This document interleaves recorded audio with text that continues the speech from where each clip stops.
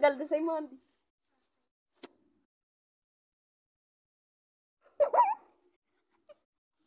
मैं बड़ा खुश हूँ मैंने जब तक गल पता लगी ना हमने दस मैं तो कोई गल की नमज मेरे साले पे ऐसा नहीं ना करना चाहिए नमज ऐसा कर दिया मैंने भाई तुमने वादा करा है भाई नहीं दस दी नहीं बनन लगी मैं मैंने बनाऊं ਭਾਈ ਨਾ ਹਨਾ ਉਹਦਾ ਮੁੰਡਾ ਬਿਮਾਰ ਹੁੰਦਾ ਹਨਾ ਭਾਈ ਜੀ ਪੜ ਲਵੋ ਕਿੱਡੇ ਆਰਾਮ ਨਾਲ ਤੁਸੀਂ ਮਸਤ ਹੋ ਕੇ ਦੋਵੇਂ ਬੈਠੇ ਉਹ ਫੁੱਫੀ ਦੇ ਮੁੰਡੇ ਕੋਲ ਜਾਂਦਾ ਹਨਾ ਉਹ ਇੰਨੇ ਅਮੀਰ ਹੁੰਦੇ ਉਹਦੇ ਕੋਲ ਉਹਦੇ ਘਰ ਜਾਂਦਾ ਕਹਿੰਦਾ ਤੂੰ ਮੇਰਾ ਕੁਝ ਵੀ ਲੱਗਦਾ ਧੱਕੇ ਮਾਰ ਕੇ ਬਾਹਰ ਕੱਢ ਦਿੰਦਾ ਉਹਨੂੰ ਹਨਾ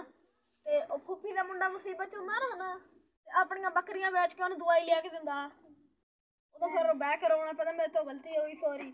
बाजी मैं ना रेडवा सुनने है रोजी कमाने के लिए नहीं ऐसे वीडियो देखना मुंडा तजारत का पेशा अपनाया तजारत तू सानू लुट लिया ओए ओ तेनू नहीं मैं छड्डना ऐसे कहंदा पंजाबी